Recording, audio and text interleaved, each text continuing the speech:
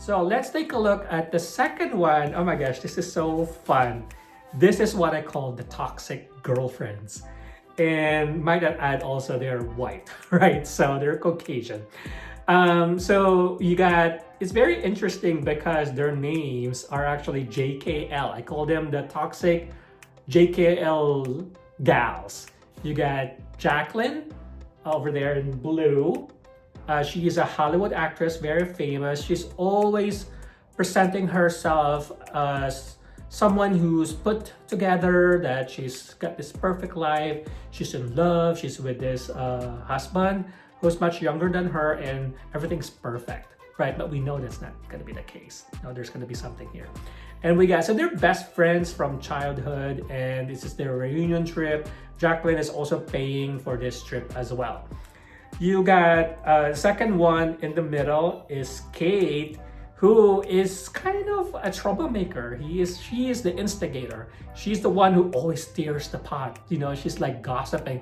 We always see her in the middle of gossip.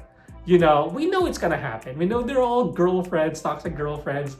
They love each other, but then they also hate each other. But you know, it's just the way they do it. It kind of reminds me of this SNL sketch.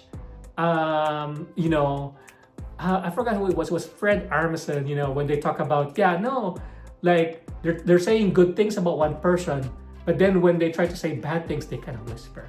But I heard that, you know, something like that. But anyway, Kate is the troublemaker, instigator, gossip, and then, you know, so far Laurie is sort of the one that's always left out, and her character, she's sort of the underdog because, you know, she has a corporate career, but we've seen in episode 2 that she was trying to get a promotion, she didn't get it. She also is divorced, and she's also paying for the, what do you call this? The alimony, you know, is it called alimony? I forgot what it's called. But anyway, but then we also seen like signs of her craziness when she knocked at that door, and there's always references of like monkeys and that they're crazy. We know that for this character group, the storyline here is that they're best friends, but they hate each other.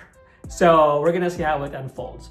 But so that's kind of, and there's a little bit of a connection too with Kate in the middle and Victoria, because they know each other from before. So I think there's probably more that will be explored there a little bit. But for me, I think it's more escalating that conflict a little bit more. So Kate's hatred towards that Radcliffe family will escalate a little bit more. And of course, you know, when that happens, there's always drama, right?